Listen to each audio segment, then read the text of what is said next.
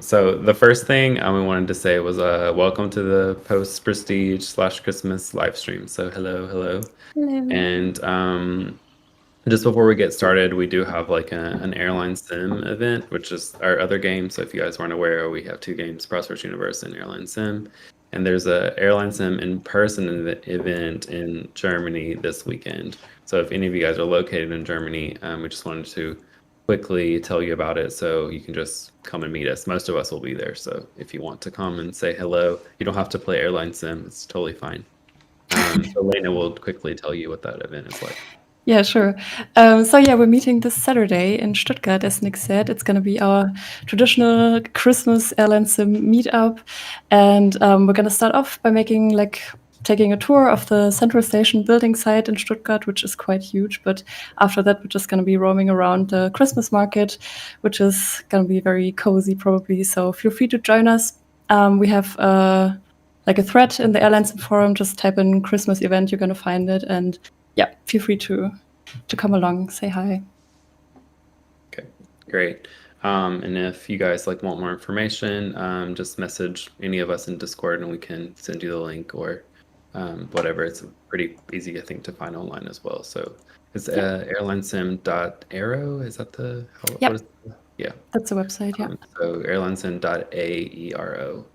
And you can find the information there. And yeah, so we'll get started with the prestige stuff now.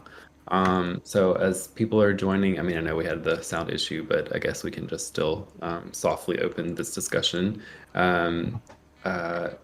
So we're gonna have a few like prearranged questions so we can talk about that. But you guys are welcome to just post any kind of questions that you want about the game or whatever. You can ask us personal question, well, maybe not too personal, but some personal questions if you would like to know more about us. Yeah, so we'll get started. So Prestige introduced reputation points, and I know a lot of players had some questions about that and weren't sure what they were used for and things like that. So could you guys briefly go over reputation points and what they are? I'd say that's a question for the game designer. Okay. Okay, so reputation points for now, the only thing that they do is they basically increase the rewards of your faction contracts and make your faction contracts be more in line with where you are in the game. It doesn't really work right now for veteran players because they start with the same amount of reputation as a new player would. But if you're a new player, you can imagine that you do some very small contracts in the beginning and then they get bigger and you get more out of them. Yeah, without going into full detail how exactly it scales, the idea is basically that it scales rather quickly in the beginning, so that for a new player it kind of eases them into the game and into regularly doing stuff and fulfilling contracts. And later on the scaling drops off a bit because if you're an engaged player that has been with the game for a long time, then you probably have enough stuff to do and are dealing with other players on a regular basis, and that's actually where we want you to be in the end. Like we don't want to make the faction contracts so attractive that you only do them and everyone plays by themselves basically, but the main goal is still that players interact with other players in a similar way how the market makers work, that are supposed to be there in the beginning to get things started, but they shouldn't be the main thing you're interacting with. Those should always be other players. Okay. Great. So yeah, you guys can, like I said, post any question that you want in the chat and we'll try to get to that.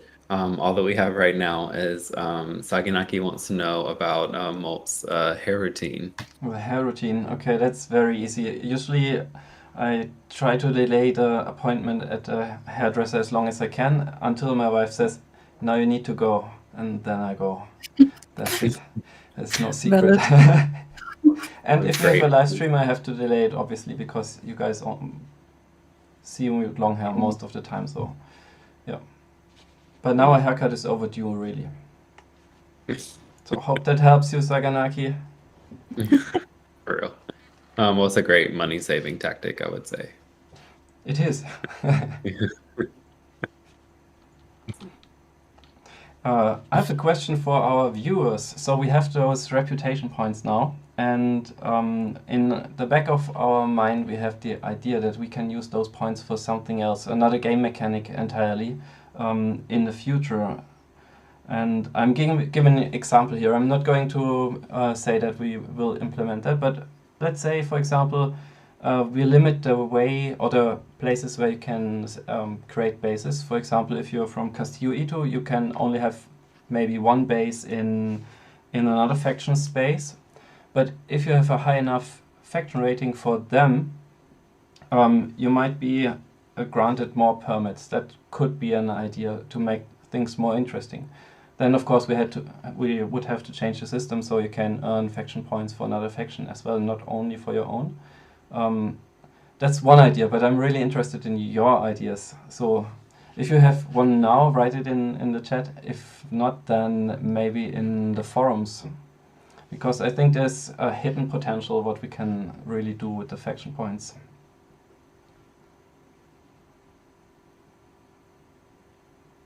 Okay, I don't think there's like a lot of just The chat is about, exploding. like faction contracts and stuff. So I know like there were some like discrepancies on like the rewards for the faction contracts, and I think you guys have already gone ahead and made some tweaks and stuff to those, right? Especially like for new players and things like that, or the most common faction contracts. I think in today's devlog, you mentioned something like that, right? Yeah, Fabian, please correct me if I'm telling this wrong, but basically we started, the rewards for faction contracts are basically threefold. One is currency, one is materials, and one is reputation points, right? And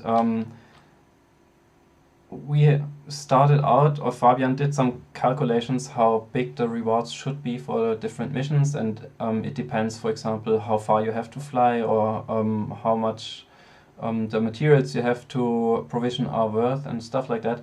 And based on that, you get commodity rewards and monetary rewards. And many players maybe rightfully said that it's too low. On some missions you can't even reach the destination if you had to buy the fuel from the rewards.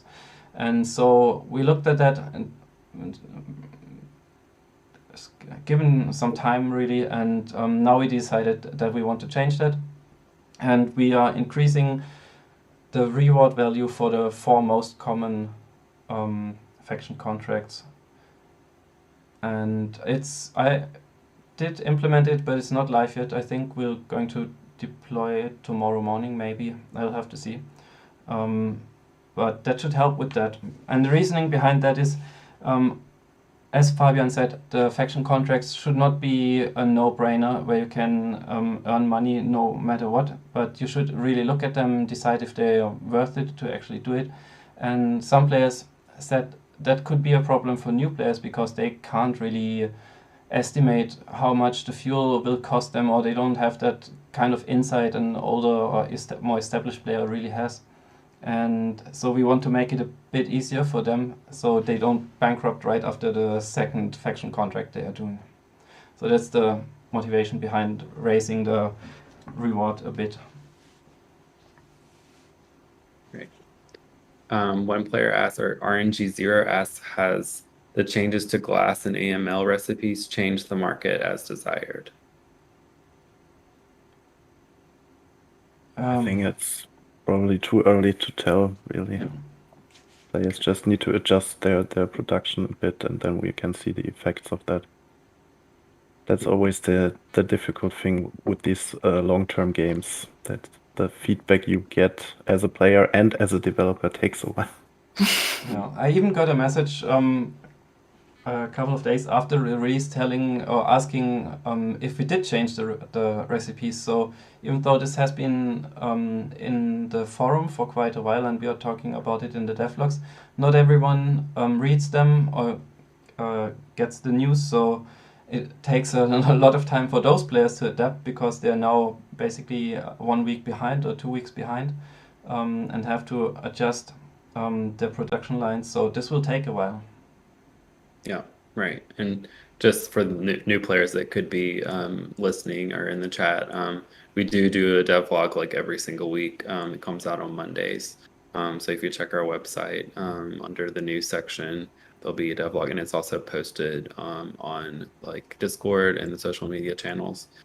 So just be on the lookout for that. So if you really want to stay up to date and know everything that's going on in the game, that's probably, I would say, the most valuable resource.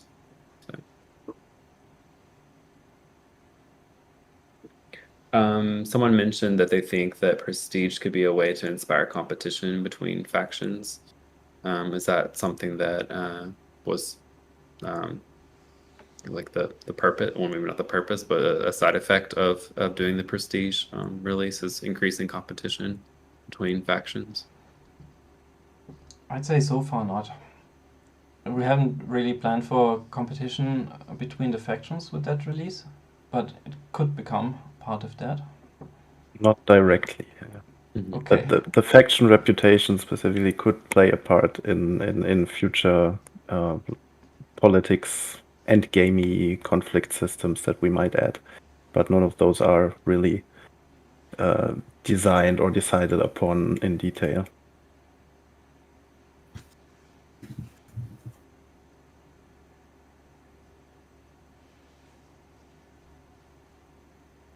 Okay, Richard Malloy has a question about faction contracts. They say doing the faction contracts daily gets a bit too much. I'd prefer they were weekly, or there was an option to choose how often. So for a new player, the faction contracts will arrive basically every day, right? And the older the company gets, the more time it takes, or the bigger the intervals between the faction contract offers get. And I think right now it's up to 3 days or so. If that's too much, we can discuss that. You can turn them off if you didn't know that, but there's no option right now as to how often the faction should contact you. Yeah, but again, that's kind of an issue that a new player wouldn't have as much, I would assume. Yeah, true. Because the more experienced players have more stuff to do naturally in the game, but new players, we often get feedback that they don't have enough to do, like immediately at the start. If they don't want to go into their Excel sheet planning right away, then there's not too much to do right in the game. And that's why the faction contracts are a bit more frequent initially, so there's more stuff for Yeah. new players. Right. And there's a plus Yeah. side, the more often you get faction contract offers, the higher the chances you get one of the rarer ones. And I'm not spoiling anything because it has been posted on Discord. For example, there's one faction contract that rewards has a higher reputation point reward, and it's about repairing a ship, for example.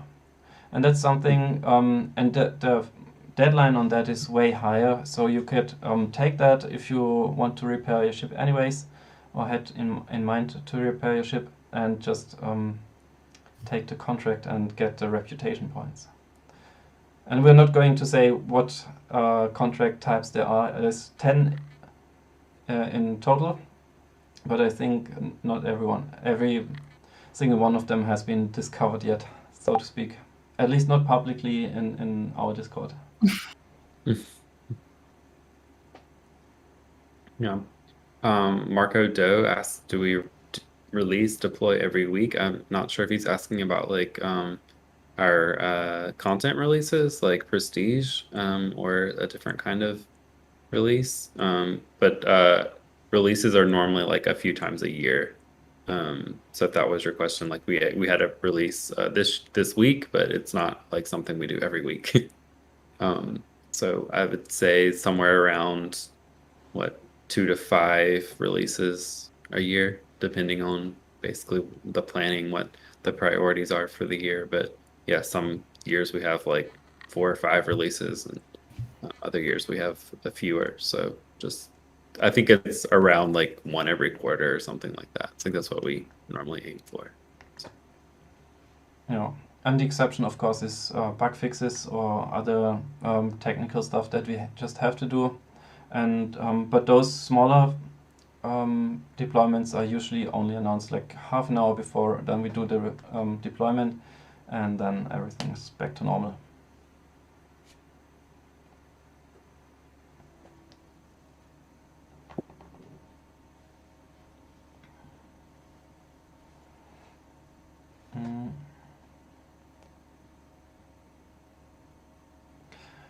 Marco asks, do exploration contracts actually do anything?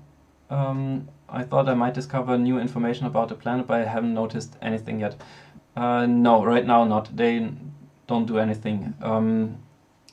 We do have a whole feature complex that we want to implement eventually. That is exploration, and that could be combined in a way, but we're not there yet. The real Sherlock asked, do you plan to add combat aspect to the game? And I'm pretty sure that's a no. Like, yeah, that's a no. Was kind of like the idea Prosperous Universe sort of developed over like, what if you could take out the economy part of Eve and just have only that aspect without all of the raiding and battles and this kind of thing. So no, I think we can safely say that combat will not be in the game. No, a couple of years ago, it kind of was on the roadmap in a way that we had a opt-in combat mechanism planned, where basically a player's base wouldn't be affected by combat, but only military buildings. But the feedback from players we got is basically that most players don't want combat in the game and really enjoy the economic aspect of the game. And we actually, that's from the game design perspective, it's a bit of a problem because combat and warfare, of course, is a huge resource sink, and that helps the economy in many ways. And it's easier to have that as a design tool to kind of design the economic balances. But we're looking for other ways to do that.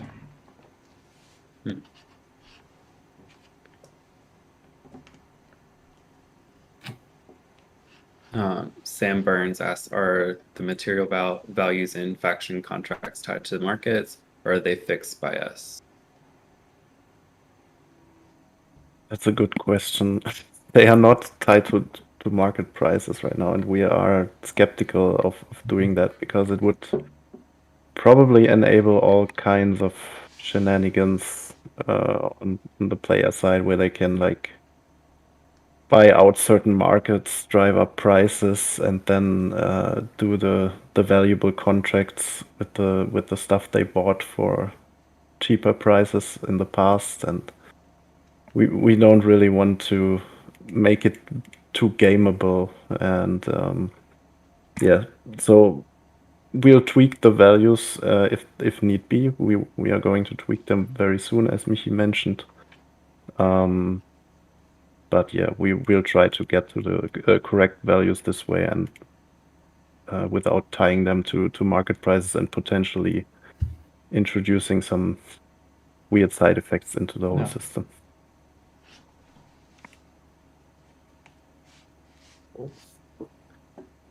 Okay, guess we'll wait for the next round of questions when people think of something.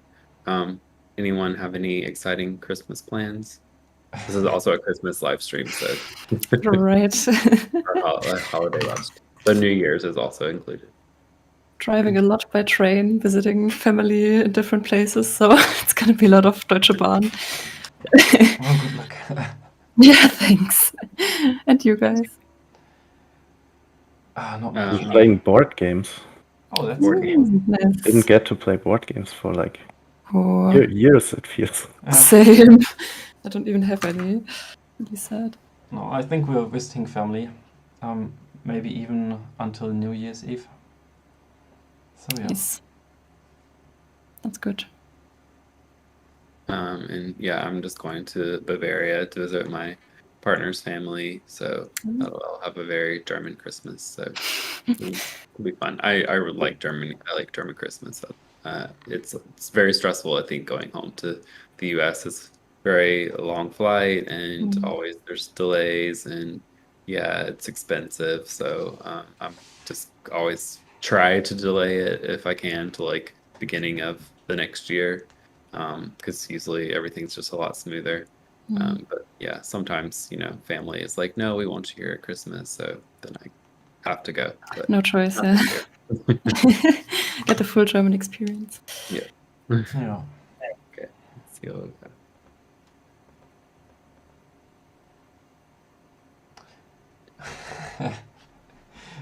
Okay, Ronnie is asking, no, George is asking, what's the best question you haven't been asked yet?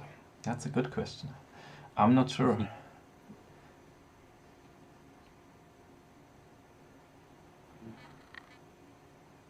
Oh, someone asked me about living in Germany. So I'm not German, I'm American.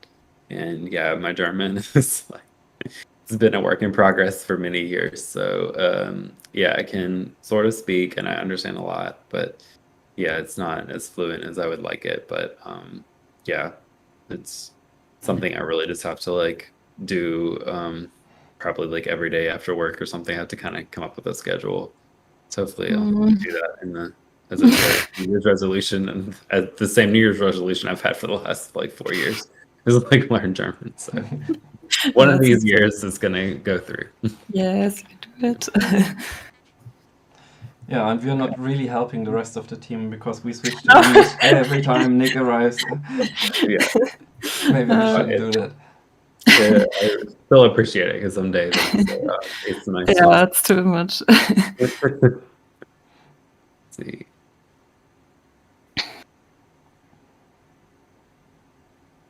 Someone asked if there's gonna be another pass on market makers. Oh, The last change market maker harder. topic. Yeah, people love asking about market makers. Andrew Zero, wow. if you have any ideas how to change the market makers, do you feel there's a need to change them right now? Because we haven't felt it really.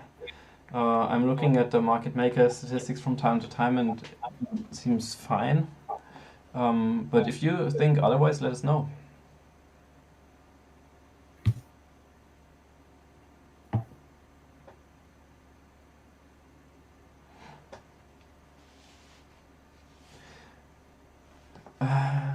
Are there any plans to fix the typos in the systems, like OT and TO?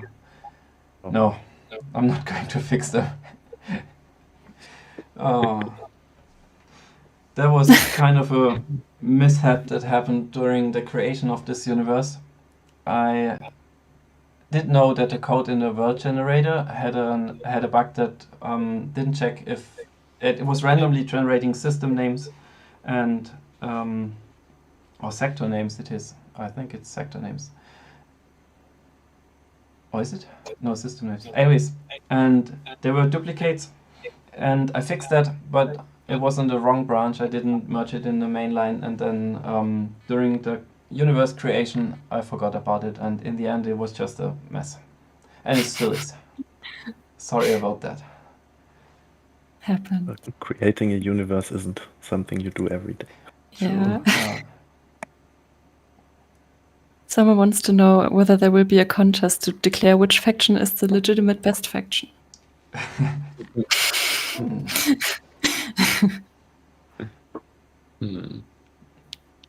That's really hard to decide.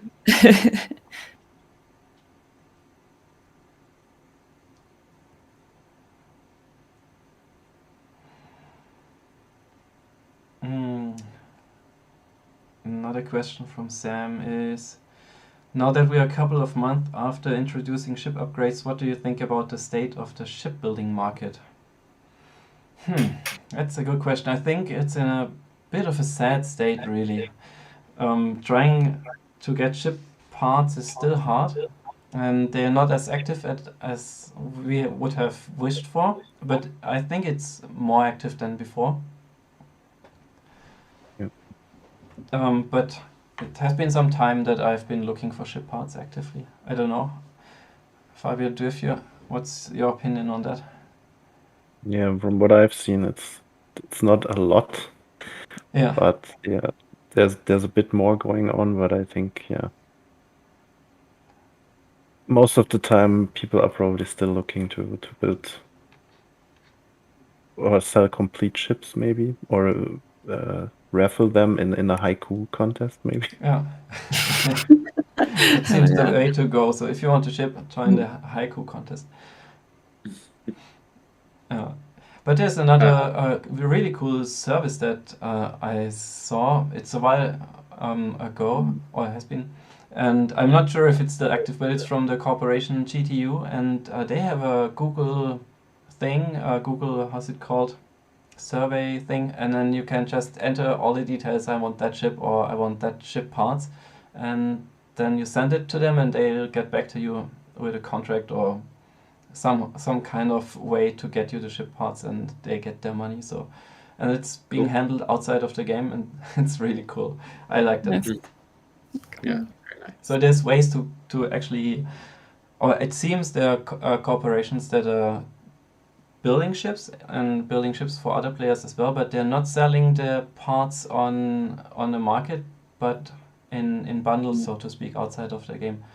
So I'm really wondering, is someone from GTU in the chat and can explain why you're doing it that way and not on the open market?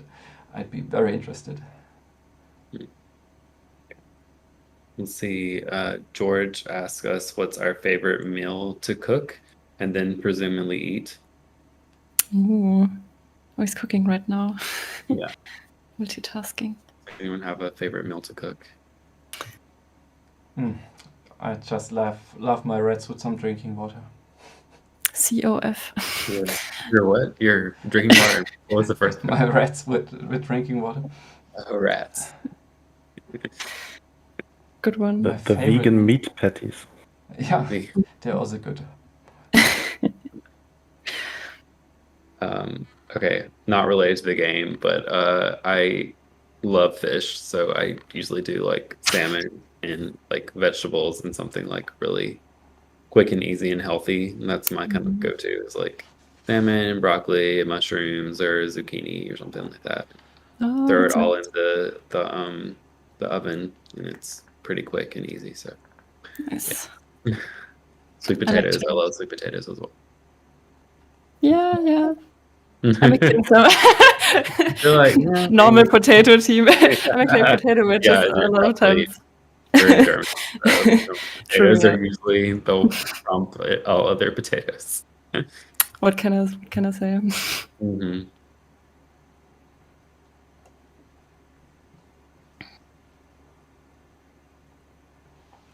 Oh, that's a good question. How about the goodie bags? Is there like a super no strings attached ETA on the rest being sent out? So we never give ETAs.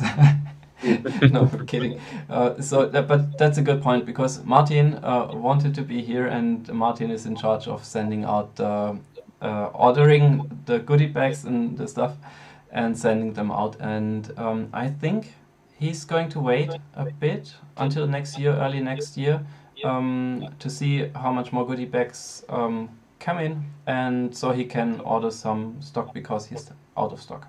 And I think then he'll start sending them out again. That's at least what he told us. Yeah, we never did mention that. Yeah, Martin wanted to be here, but he's a little under the weather, so he wasn't able to join us today. But he's maybe watching. So yeah, he's with us in spirit. Yes. Pam asks, has EVE Online been an influence? I think we already kind of briefly touched on that before, but yeah, like I don't know if anyone has any like kind of stories or I don't know. I mean, Miki, you were there from the beginning, so maybe you have something to say along those lines. A bit, yeah. I did play EVE Online back in the days, but not much. During my when I was studying. But EVE Online is like having a second job, so I didn't get very far. But the game itself always fascinated me. So there's some influence, yeah. And maybe we can share some early screenshots of Prosperous Universe sometime, because the very, very first screenshots were similar to EVE Online, may I say. Of course, not in the fidelity and stuff, but in the general way they looked. In the very first screenshot, I think, or the very first version, we actually had like a skybox with stars, and there was the system map, and it filled out the whole screen, and we would have overlays just like EVE Online has over the map or over the 3D background, basically. But Martin and I quickly realized that that's not really the game we are doing. So we we pivoted away from that pretty early. Oh, Martin chimed in. I just see it saw his comment. Someone asked what your favorite music is to listen to while you're coding or designing.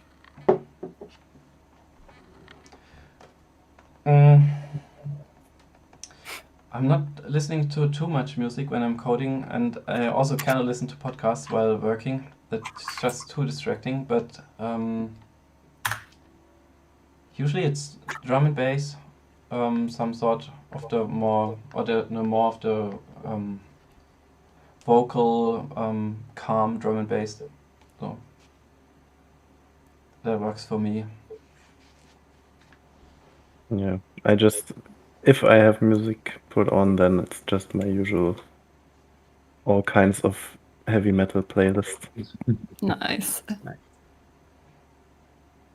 It's not really distracting if you listen to it 1,000 times already. It's like soft background noise.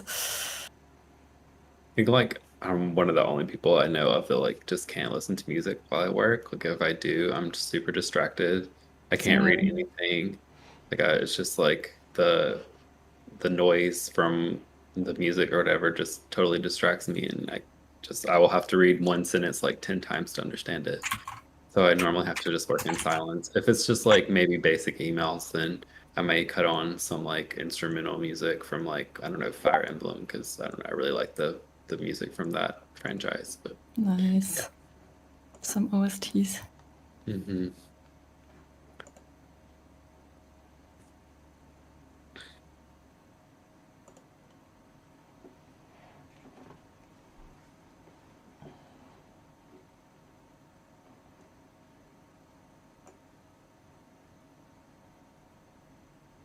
Metal white noise.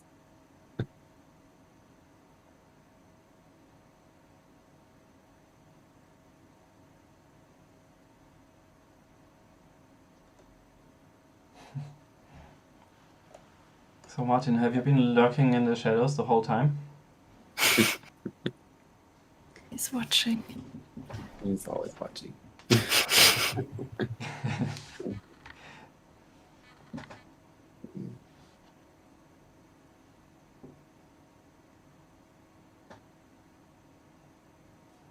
Okay. I guess since wait, need more messages.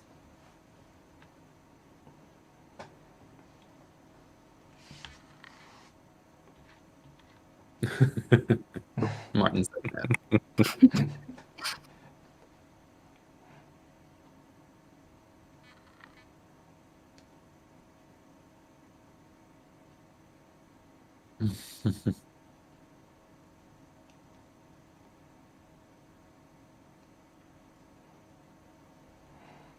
Oh, another EVE question.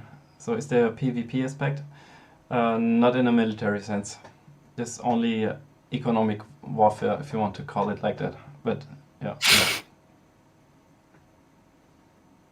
Okay. I mean, in theory, it's everybody against everybody else on the market. Yeah. That's the beauty of capitalism. No pews. That's a good way to describe it. Ronnie asks, is there some sort of sorting capabilities going to be added? For example, building lists for a base?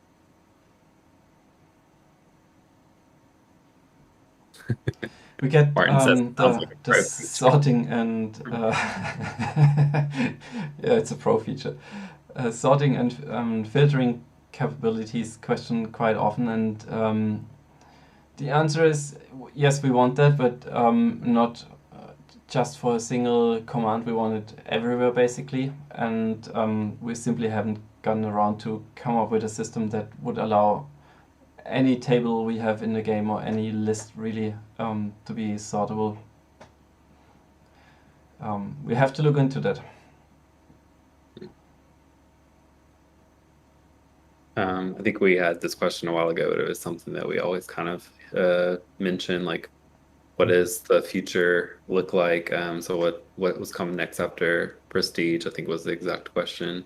I know we don't have anything like concrete to share, but do we have any kind of just like things that are maybe closer in the pipeline than others?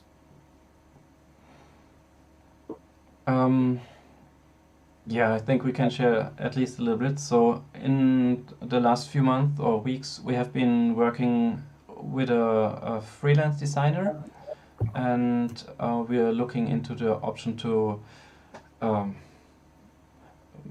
how's that called in English? To give the UI a bit of a makeover, really, to make it a bit prettier. Yeah, because facelift. Sorry? Like a facelift. I think Like that's the name. facelift, yeah. Colors, fonts, and all that kind, all that stuff, margins, and yeah. And because what you're looking at when you're looking at Apex, it's basically the coder art of Martin and me from now almost 7 years ago, and we haven't really fixed that. And now we are taking the time to actually explore that space a bit. I don't want to set your expectations too high. It's not a concrete project, but we're looking with a deadline and stuff like that. But we're looking into it. We have the first few screenshots and ideas what we want to do, and as always, we're doing one step at a time. And the idea is now, instead of a total makeover or totally redoing the UI, we will probably looking at colors and fonts and stuff like that first, and we'll also go into some user experience changes. Maybe Fabian can talk about that a bit. Yeah, and see how you guys like it, and then take it from there. That's at least one project that's going on in the beginning of next year.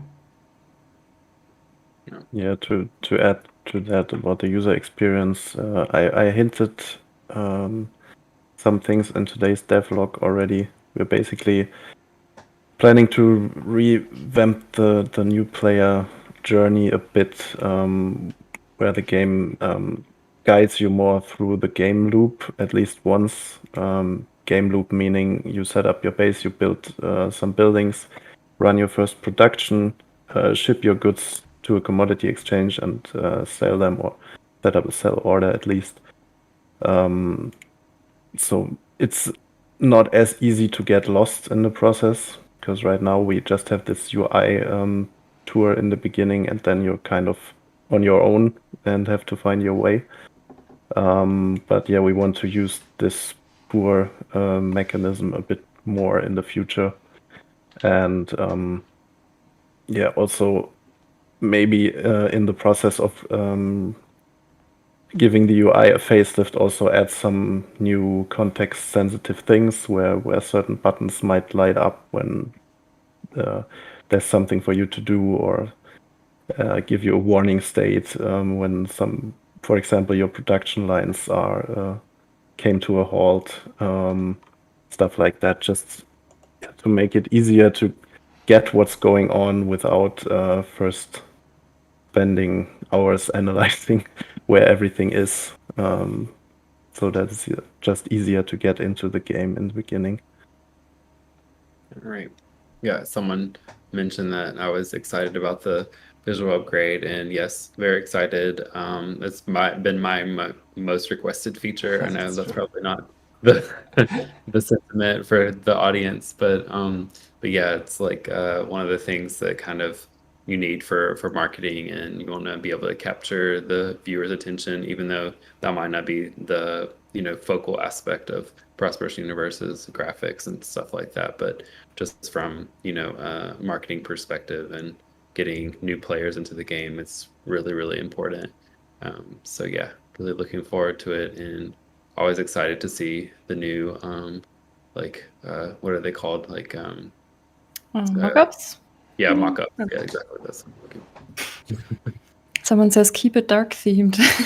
With a dark theme fan here.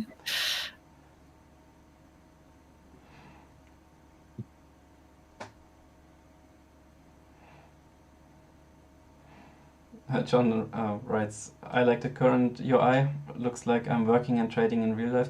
Yep, I like it too. But as Nick says, we have to stand out a bit more and don't be the gray and gray mouse in the Steam store, for example. That doesn't really help.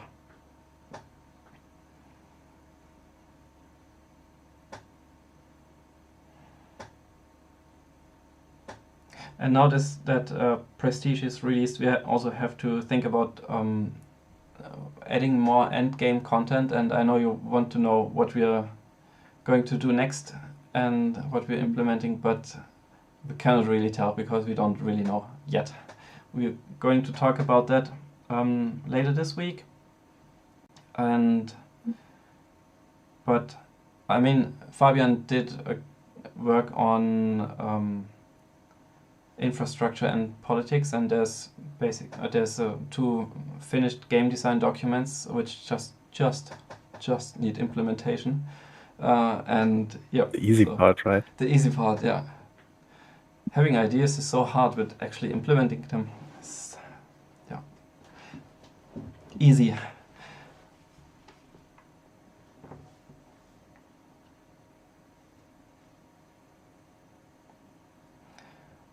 Ronnie asks, speaking of Steam, how's the reviews affecting new players from Steam lately? From what we can say, the higher the Steam rating, the more traffic Steam sends us. So, and we can see that in the sign-up rates, at least a bit. And it really helps. Steam reviews are a really good place. And so thanks to everyone that was actually on Steam and reviewing the game. That really helps, and that's why you keep seeing it all the time in like newsletters and stuff, because every time we remind you guys, we do get at least a few reviews on Steam, so that it just helps overall. It makes us look better on Steam, and people will give us a second look if they see a higher rating. Then basically we just want to be in that mostly positive section. I think when we get to mixed, it looks a bit like, oh no, gets that yellow color. It's like the yellow color.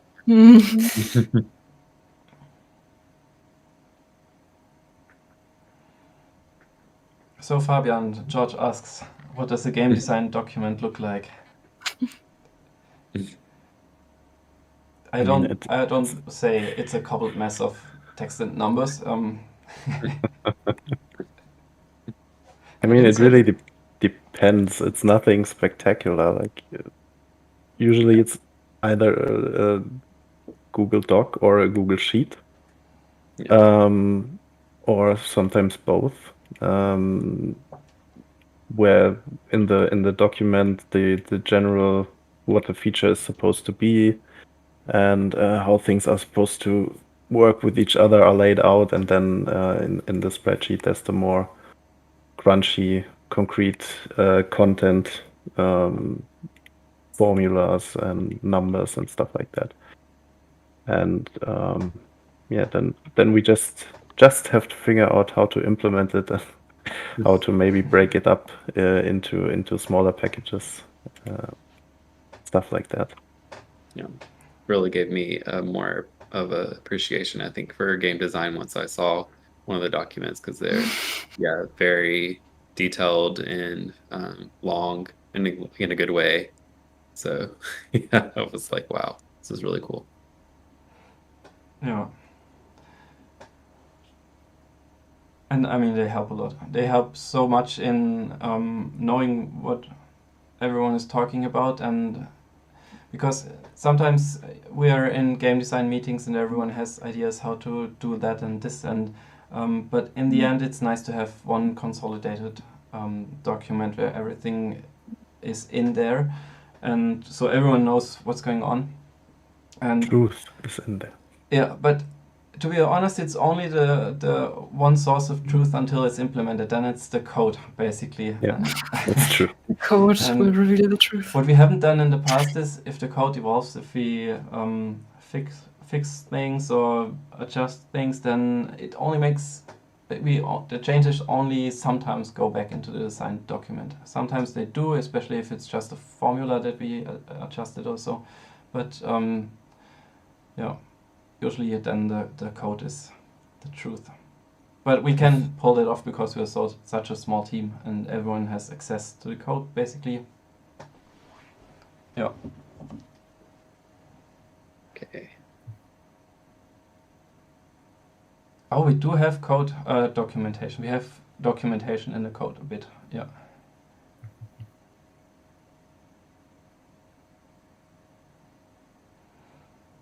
Someone asks if there's a new plan for a universe reset.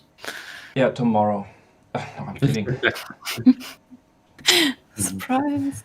No, Christmas plan. I've seen the discussion, but in Discord I haven't had time to jump into that discussion. So basically, if I got it right, I didn't read all the messages. There are basically two parties. One is saying a universe reset doesn't really help retaining old and new players because it's just the same again. While others say a new universe will really help, or will make the game more interesting because everything has to be built up from the ground again, and that's fun for a larger part of the players. And just one thought about that. So for the past month and also maybe years before, we usually said that we only want to do a universe reset if we have a feature that requires it. For example, we change in the way how the map works, or we need a bigger universe, which has been the case with the really early alphas, or we lose the database, or other minor things like that. And so there's really the way it looks right now with what we have on the roadmap, there's no need for a reset, and resetting the universe isn't as easy as one might think. Earlier in the stream we had the question if we want to fix the system names, and I told you how I messed that up. And if we do a new universe, we have a whole document that's full of lists with things we want to do differently, and we have to implement, and we have to update our world editor. Because, of course, if we do a reset, we want to have a more interesting and more engaging universe and bigger, greater, and everything. But right now, that's only ideas in a document. For example, have interesting systems that have a few really good planets. For example, to have a similar situation like the with the faction planets, for example.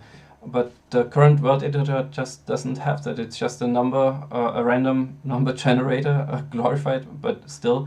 And to implement all those features, would draw the whole attention, and I don't have time to work on anything else. So starting a universe is hard work, really. Thanks for your detailed explanation. That was very informative for everyone, I'm sure.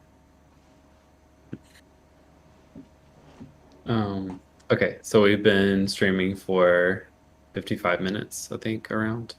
So I think we'll move into final questions. And yeah, getting a little bit late here in Germany, so we'll try to wrap up.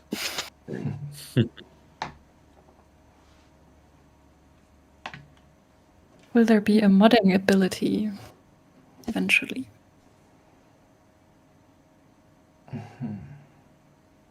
I think there is. There's so many third-party tools by now. For example, Yeah. the beautifier, PMMG, is it called? Yeah. So basically any, I don't know what's it called. I don't use a Tempo Monkey script or anything to interact with the website. Is basically a mod.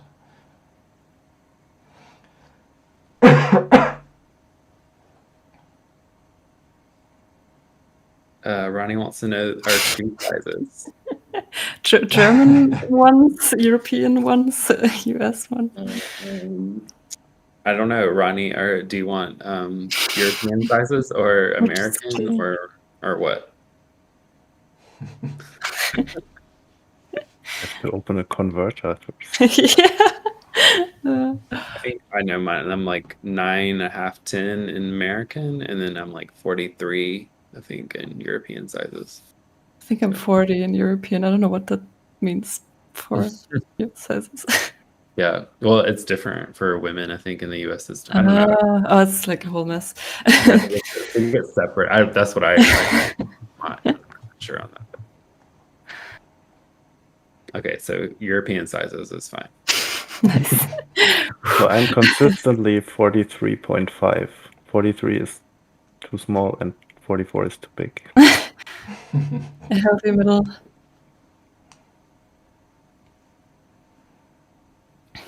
Nice that we got that covered. Yeah. Any other questions?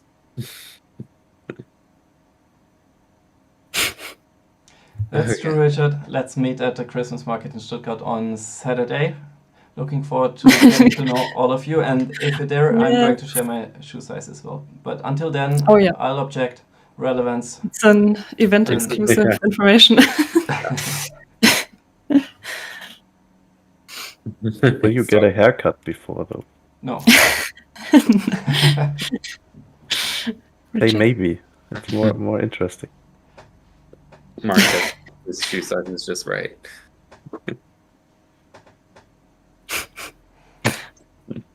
Good answer. All right, folks, let's call it a day. It was nice chatting. Yes, it was really fun. Yeah, we try to do this every so often, so make sure you're keeping your eyes peeled on the newsletters and social media and Discord and everything, and we'll definitely do this again. So wish you all happy holidays, and if you can join us in Stuttgart on Saturday, that will be amazing. That will be amazing, yep. Looking forward. Goodbye. Have a good time, everyone. Bye, everybody. Bye-bye. Happy holidays. Bye.